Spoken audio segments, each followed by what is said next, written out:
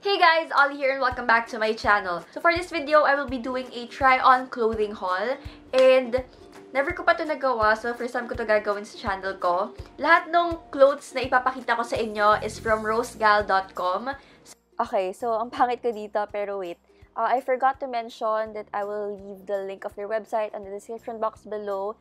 And ilalagay ko rin yung link nung bawat item para if ever may magustuhan kayo, you can just click on the link. So, ayun. So, nag-email sila sa akin and they said na I can choose from their website kung ano yung magustuhan ko doon. So, ayan, pamili ako and then they sent it to me. So, thank you so much, Rosegal. So, meron ako ditong 6 clothes pero 8 items talaga yung pinili ko from Rosegal. Yung isa is a set of rings siya pero para kay Jilan talaga yon and hindi ko na alam kung nasan siya. So, hindi ko na mapakita sa inyo. And yung isa naman is fidget spinner siya. So, yes, hindi lang clothes yung meron sila sa Rosegal. Meron silang fidget spinner, may shoes, may bags, meron ding makeup tools. Actually, meron silang brushes, meron silang sponges. And parang nakita ko dun, meron pa silang silicone sponge. So, ayun. Yung fidget spinner na pinili ko is para yun sa brother ko, si Prince. Kasi nakita niya nung namimili ako sa website. Nagustuhan niya yun. So, sinama ko na. Pero hindi pa siya dumarating ngayon. Hindi ko alam kung bakit. Parang shinip siya ng nakahiwalay. So, wala pa rin siya ngayon. Kaya, ayun. So, tama na yung daldal. I'm going to start with the haul. So, the first item I have here is... Wait, kabaliktad siya. Kasi nagamit ko na to. So, my first item is this off-shoulder top na stripes. And, meron siyang ribbon sa waist. So, sobrang nagustuhan ko to. As in, ang ganda niya sa katawan ko. Actually, kinomplement pa nga ako ni Papa. Kasi ang ganda raw nung damit ko. Kaya, ayun. Garterized siya dito sa taas. And may garter din siya dito sa sleeves.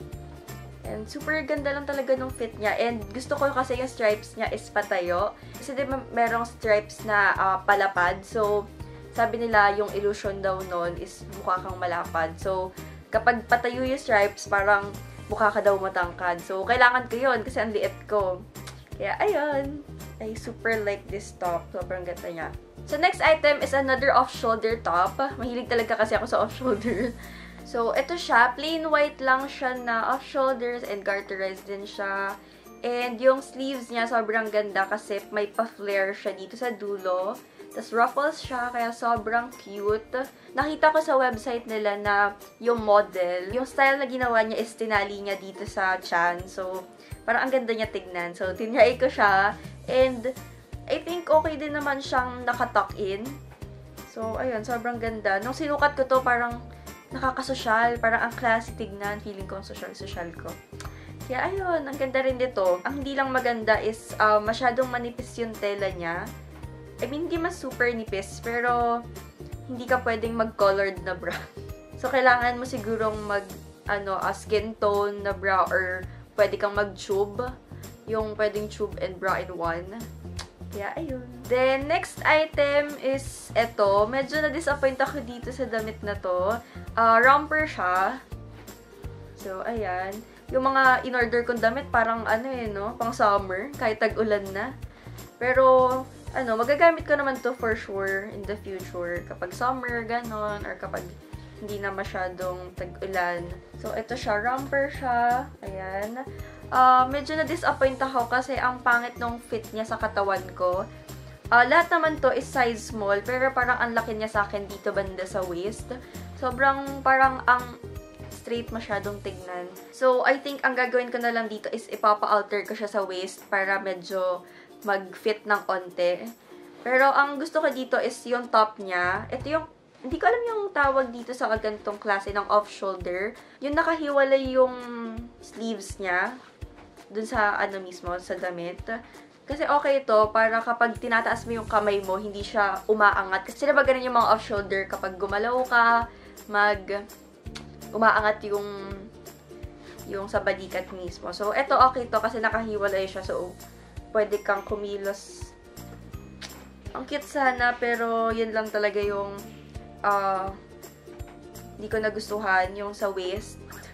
And yun dito sa shorts, parang medyo, nga siya eh. Parang ang loose tignan masyado. Yeah, ayun. Then, next item is another romper and super ganda nito. Isa to sa mga favorites ko. Ito siya, color red siya na may print ng flowers and sobrang ganda. Parang summer talaga no? Nawala sa isip ko na kumuha ng something for rainy season. So, ayun, okay lang yan. So, pero sobrang ganda niya. Romper siya and hindi ko rin alam yung tawag dito sa off-shoulder na to. This one naman is parang nakahiwalay din siya dun sa sleeves. Pero this one is parang nakalawlaw na ganyan. Kaya, so ang tawag din sa ganong klase ng off-shoulder. Pero ayun, super cute niya. So, sobrang ganda lang ng color and ng print. Excited na ako suotin to pag summer, ganon. Kaya ayun! So, next item is ito. Ito yung pinakaayaw ko dito sa nakuha kong items. Hindi ko na-expect na ganito yung itsura niya kasi dun sa model sa website, iba yung itsura niya. So, this one, dress siya, pero baka parang medyo mukha siyang pang matanda. So, yung design niya is parang may pa-XX siya dito sa harap. And long sleeves siya, pero dun sa sleeves is may pa-flare din sa dulo. So, maganda sana siya, lalo na kapag for events, ganon. Pero hindi ko lang ina-expect na sobrang luwag niya, sobrang loose niya sa katawan. Kasi, doon sa website, fit siya dito sa katawan. Kasi dapat naman talaga, di ba? Ito, understandable na loose siya dito sa sleeves kasi yun talaga yung style niya. Pero, parang ang pangit is tignan, ang loose na nung sa sleeves, ang loose pa nung sa katawan. So, parang, hindi siya flattering sa akin. So, maganda sana kung fit ng onte yung dito sa body. So, ang gagawin ko is ipapa-alter ko na lang siya para kahit papaano medyo maging okay siya and magamit ko kasi sayang naman kung hindi ko gagawa ng paraan. Pero, ang ganda niya sana kapag may events, ganon. Yun dito sa harap, medyo revealing siya, diba? So, syempre ako, hindi ko naman kaya yung iba na hindi nagbabra, as in, kita talaga yung boobs. Eh, wala naman akong boobs, so, ayun.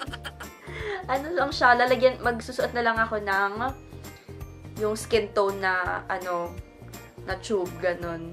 So, ito, last but not the least, ito yung pinaka-favorite ko. Sobrang cute niya talaga.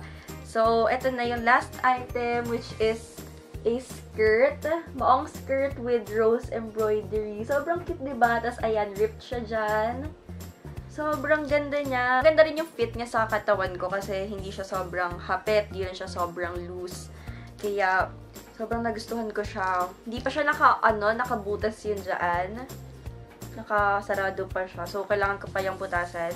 And sa likod, meron siyang 2 pockets. And syempre sa harap din. Ayan. Kaya yan, sobrang ganda talaga ng embroidery. Ayan. So, talaga yung pinaka-favorite ko na nakuha ko from Rose Gal. And dito rin pala sa sa dulo, para siyang sira-sira din. Ang tawag dito? Parang frayed, maong, ganun. So, yun, super excited na ako gamitin to. Feel ko, palagi ko na itong gagamitin. Tapos, hindi ko napapalabahan siya. So, wait, eto, nakita ko na yung rings na binigay ko kay Jelan. So, ganito siya. Ilan ba to? So, merong 1, 2, 3, 4, 5, 6, 7. Meron siyang 7 rings. And super cute yung mga designs kasi, siya, mga crown. Sana, pangit ang nails ko, sorry. Wait. So, ayun siya. Diba? Super cute. And, trending ganyan. Ayaw magpaas. Ayan. Super cute.